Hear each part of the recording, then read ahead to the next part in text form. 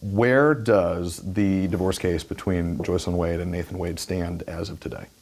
As of today, we have a settlement, a consent order incorporating a settlement as to temporary alimony and temporary attorney's fees. To somebody who's not an attorney, what does that mean? So it's, in any case, it's not unusual for us to set up temporary financial arrangements in a case. What's unusual about this situation is that it's been over 2 years, and we're just now establishing a temporary financial arrangement, temporary support for my client who is not the earning spouse. So, and that's because of how this case has gone. But it's a normal part of the process. What's unusual is that it's taken this long. You're a divorce attorney. How long have you worked in family law, in divorce law? I've been in family law since 2003. Have you ever handled a case quite like this one? No. No. Well, as far as the facts go of the case, there's not a lot unusual about it. The circumstances surrounding the case, that's what makes it unusual. Elaborate on that a little bit for me. Well, you know, when we started this case, when Joyce Wade hired me, we had no idea about any of the circumstances surrounding the case. We certainly had no idea that Nathan Wade had accepted a position as a special prosecutor. So from my perspective, I was approaching it like any other divorce case. I had a wife who'd been married for almost 25 years to a husband, a apparently successful attorney. So we were going to undergo discovery and all the things we normally do. And then as we started to peel back the onion and questions weren't answered and things didn't make sense, that's when it turned into something else. You mentioned that when you came onto the case, it was your understanding that you didn't know that Mr. Wade was working as a special prosecutor. Correct. There have been people who've caught that. You mentioned it in some filings seeking additional discovery materials over the more than 2 years now that this case has been proceeding. And there have been folks who've wondered how that could be. So I just want to put it to you, why didn't you know that Mr. Wade was a special prosecutor until at least somewhat fairly far along in the process? Well, I can tell you that to the extent that it was public knowledge, it wasn't in any public circle that I was a part of or that Joyce was a part of. And we did not actually learn that he was the special prosecutor until around the time that the indictments came out. And in discovery, we ask about sources of income with specificity, and the answer that we received repeatedly was Nathan J. Wade, PC.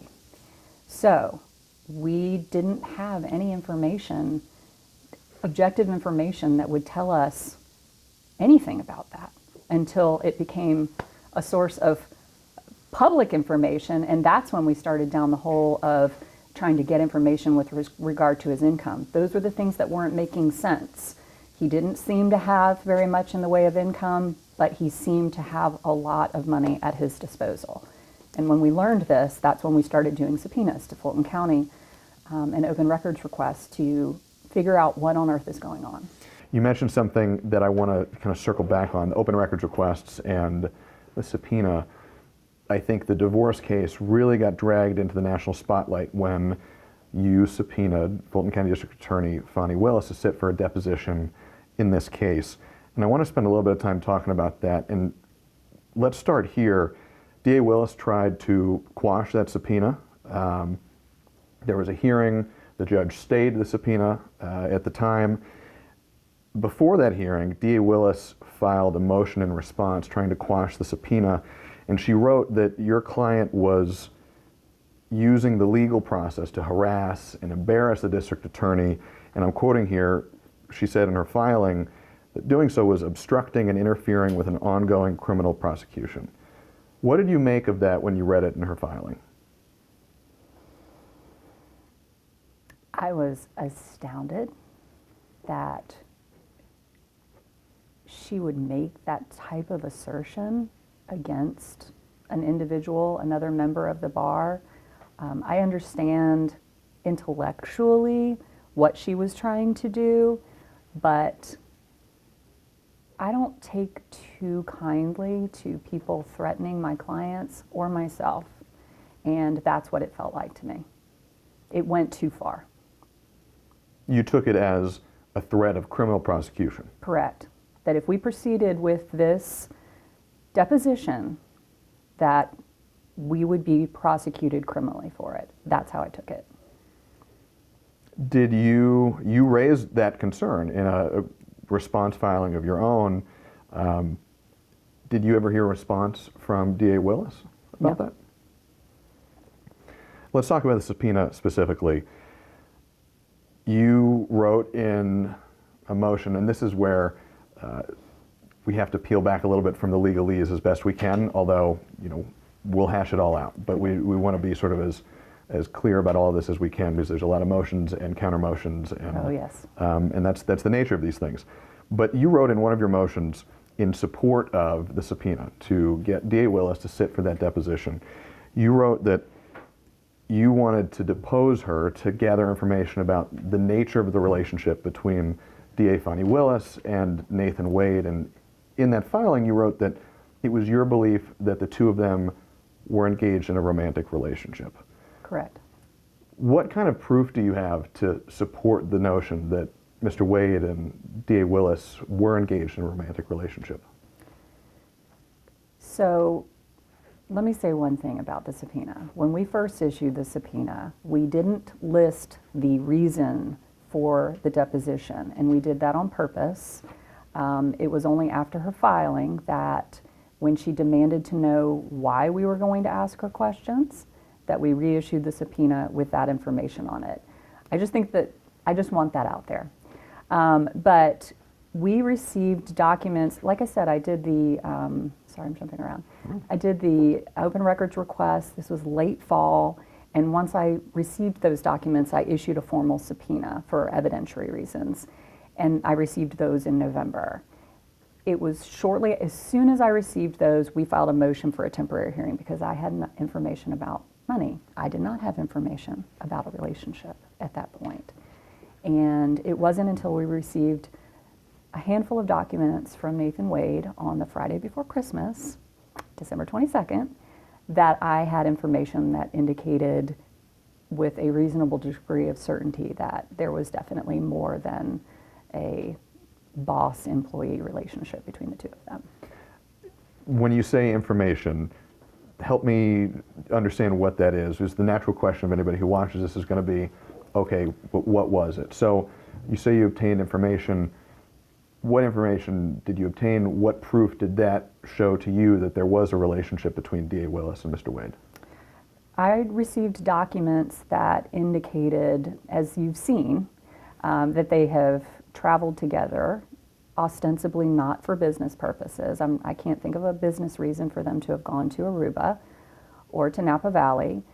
And we've issued subpoenas as a result of those documents that we received from Mr. Wade that have gone further.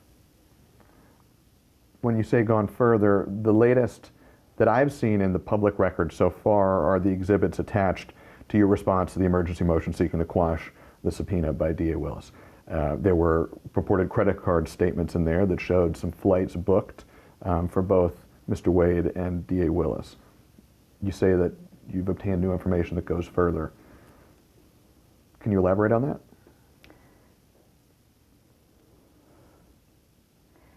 I don't know if I should at this point. Let me answer it this way and tell me what. We have issued subpoenas based on specific items contained in those documents, and we've received information back that gives more detail with regards to what we learned in those credit card statements. Can I actually show you, and maybe you can help me understand the credit card statements better? I have them here. And sometimes I'm a visual learner sometimes. Absolutely. And one of the things that I noticed is that the credit card statements themselves show flights to San Francisco and Miami, booked Right. on behalf of passengers named Nathan J. Wade and Fani Willis. But you, in your filing and in our conversation here, have also mentioned trips to Aruba and other places. Can you point to where in these credit card statements those pieces of evidence come up? I don't think that the Aruba trip is actually in these credit card statements. It was a part of the cruise that they went on, the Royal Caribbean cruise that's in here. They flew in and out of Miami, and from Miami they flew to Aruba. Okay. And it's your belief that that was a romantic getaway? Yes. Did Joycelyn Wade have a sense that, I can take this back from you. Did Joycelyn Wade have a sense that this was happening? She did not. One of the things that some folks have asked about, and I want to make sure you have a chance to elaborate on it however you choose. There's a timing question. So the subpoena to DA Willis to testify in the ongoing divorce case came on January 8th of this year. On the same day, a defendant in the ongoing criminal case in Fulton County filed a motion to disqualify DA Willis, also alleging that DA Willis was engaged in a romantic relationship with Nathan Wade. So on the same day, two separate allegations of the same romantic relationship. There are those who've wondered whether you coordinated efforts with anybody who's seeking to disqualify DA Willis from the criminal case in Fulton County. To those people, what would you say? I would say absolutely not. We didn't know about a potential romantic relationship between Nathan Wade and Fani Willis until immediately before Christmas. When we came back after the first of the year, we prepared and issued the subpoena. We were actually trying to serve her the week before, and we were not able to perfect service. We finally perfected service on the 8th, which I understand. I've learned since that, because this question has been asked of me, that apparently that was a deadline in the criminal case for filing motions. I had no idea about that. There certainly was no coordinated effort. What I can say is that adultery is not only a grounds for divorce in Georgia, but it's also a factor that the court considers in equitable division of property. So as soon as I received information indicating this potential relationship, I went after it. As for other people and the timing of when they did, what they were looking at, and where they got their information, I can't speak to that. A total coincidence. I don't generally believe in coincidences, but in this case, it literally happened on the same day. How has this case impacted Joycelyn? So Joycelyn she is an incredible woman. She's kind, she's sweet. She has some health issues that have gone untreated because she has not had access to resources to take care of herself. And needless to say, in the last few weeks, as all of this has gone on, it's taken a definite toll on her. She's definitely struggling. I know the terms of the consent order have not been made public. Is Joycelyn satisfied with the current outcome of the case? And that's a strange phrasing to say current outcome, but this is not a final disposition. Correct. Is she satisfied with where things stand now? I think that I can, without revealing any confidences, say that yes, she's very pleased with where things stand at the moment. Can you share anything about the terms of the current agreement?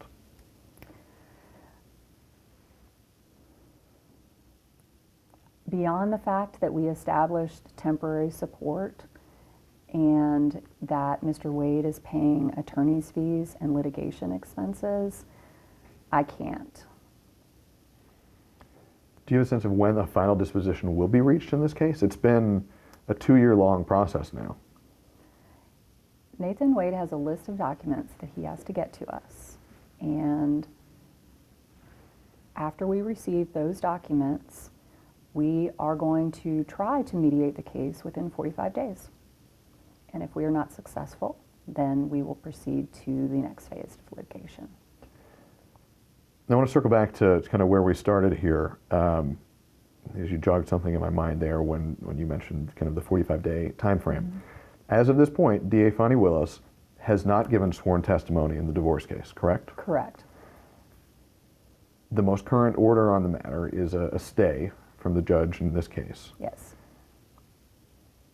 Do you foresee a scenario in the future where you would renew your efforts to get the district attorney to testify? I do foresee a scenario in which I would renew those efforts. What would that look like? What would require you to get to that point? So the next step, the judge wants to hear testimony from Nathan Wade. The next step, if the efforts in the next 45 days or so are not successful, would be to depose Mr. Wade. And depending on the answers that I get in that deposition, I would then make a determination as to whether or not to proceed with revisiting the issue of the deposition of DA Willis. You say depending on the answers you would get in that potential deposition, because again, if the 45-day mediation works out, there will be no need for that, correct? Correct. If you do get to a point where you pursue testimony from Mr. Wade, what information from his deposition would lead you to then seek more testimony from the district attorney?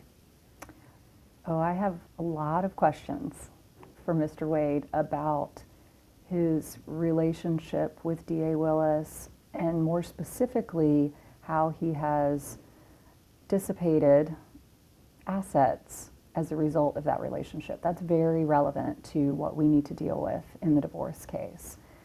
There's a reason that I subpoenaed DA Willis before taking or trying to take Nathan Wade's deposition.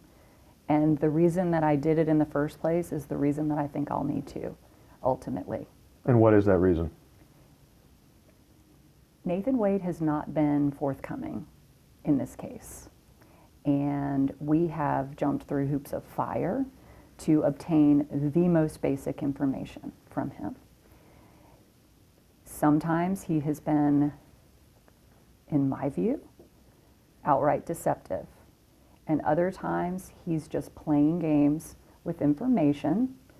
And I wanted to go to a source that I had a more reasonable belief might possibly tell the truth.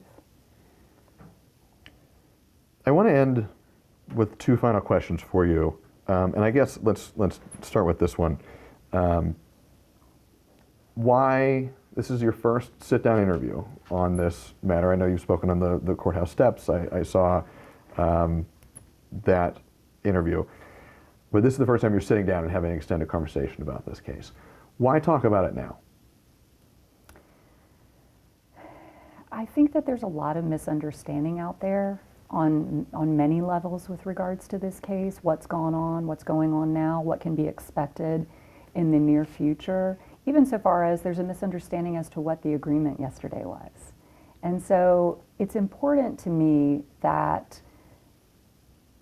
the facts are clear and that the record is clear, not to talk in legalese. And speaking of legalese, I want to circle back to sort of the core component here one more time, just so it's crystal clear where your perspective is, because it has been a complex case. It's a long case. It's a big docket.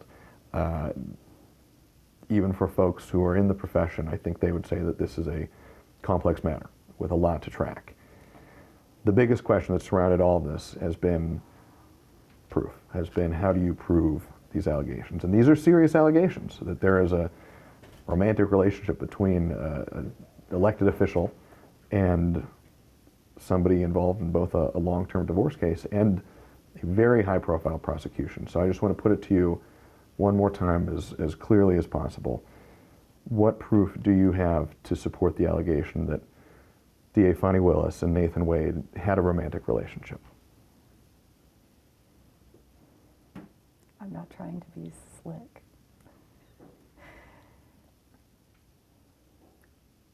I have documentary evidence that suggests to me that they absolutely are engaging in a romantic relationship. And I wouldn't be pursuing this line of question, this avenue of investigation, if I wasn't reasonably certain of that fact. And speaking of legalese, I want to circle back to sort of the core component here one more time, just so it's crystal clear where your perspective is, because it has been a complex case. It's a long case. It's a big docket. Even for folks who are in the profession, I think they would say that this is a complex matter with a lot to track. The biggest question that's surrounded all of this has been proof, has been how do you prove these allegations? And these are serious allegations, that there is a romantic relationship between an elected official and somebody involved in both a long-term divorce case and a prosecution. So I just want to put it to you one more time as clearly as possible. What proof do you have to support the allegation that DA Fani Willis and Nathan Wade had a romantic relationship? I'm not trying to be slick. I noticed the tense you use there is are engaged. In your view, this is an ongoing, current relationship. Yes.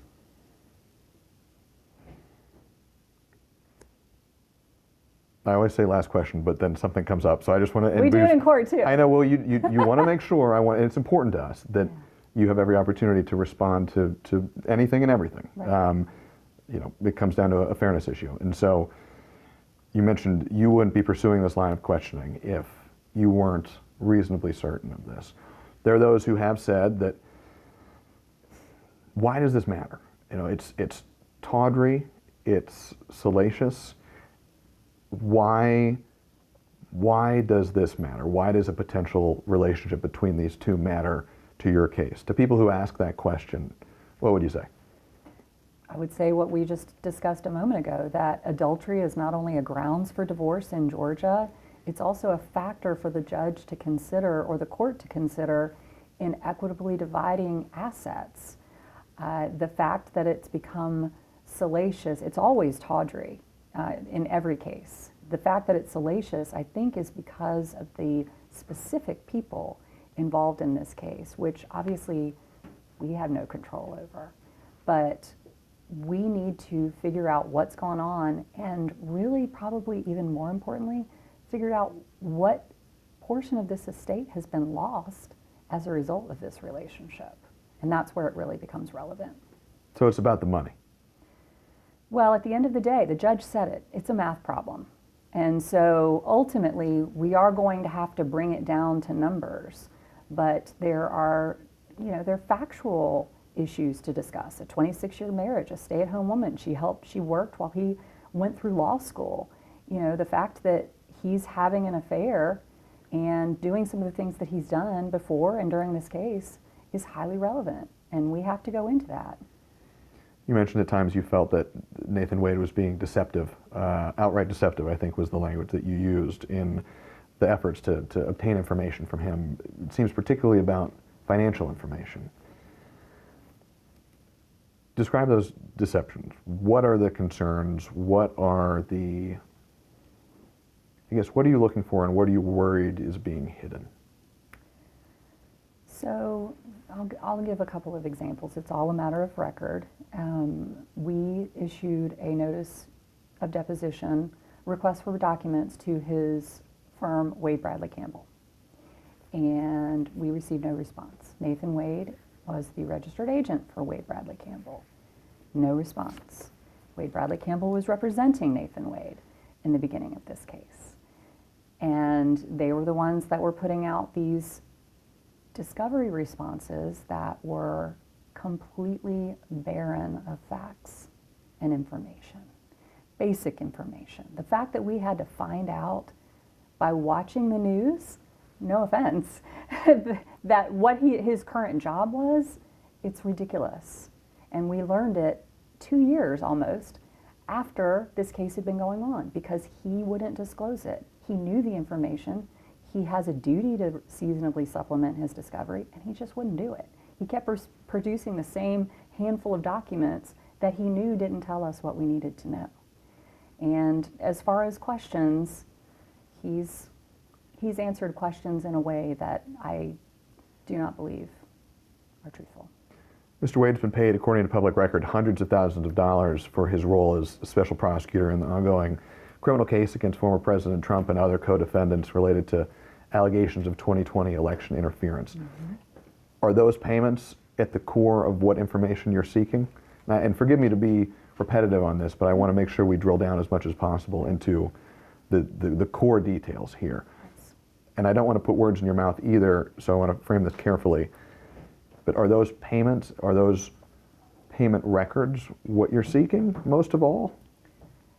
That's a piece of it that we've been seeking. Payment records, tracking the money. You know, they say always follow the money, and that's what we've been trying to do. Follow where it's been going and what accounts it's been going into and where it's ended up. And that has taken a fairly Herculean effort because there's a lot of inconsistency with what's happened with the money. You feel that there's been an effort to hide how much he's been paid? In this day and age, it's very difficult for people to hide money, given the technology that we have. But I do know that he has been putting money in places that it would seem to me that he is trying to shield it from discussion in our divorce. Is there anything I missed that you think is important for people to understand about this case and about your role in it? Honestly, I know that there are all these questions about coordinating and that sort of thing. I'm here to do a job for Joyce and to protect her. If there's anybody that deserves it, it's her. And we're not connected with the other case. We are seeking similar information about the same people, but for different purposes. And it's important to me that people understand that.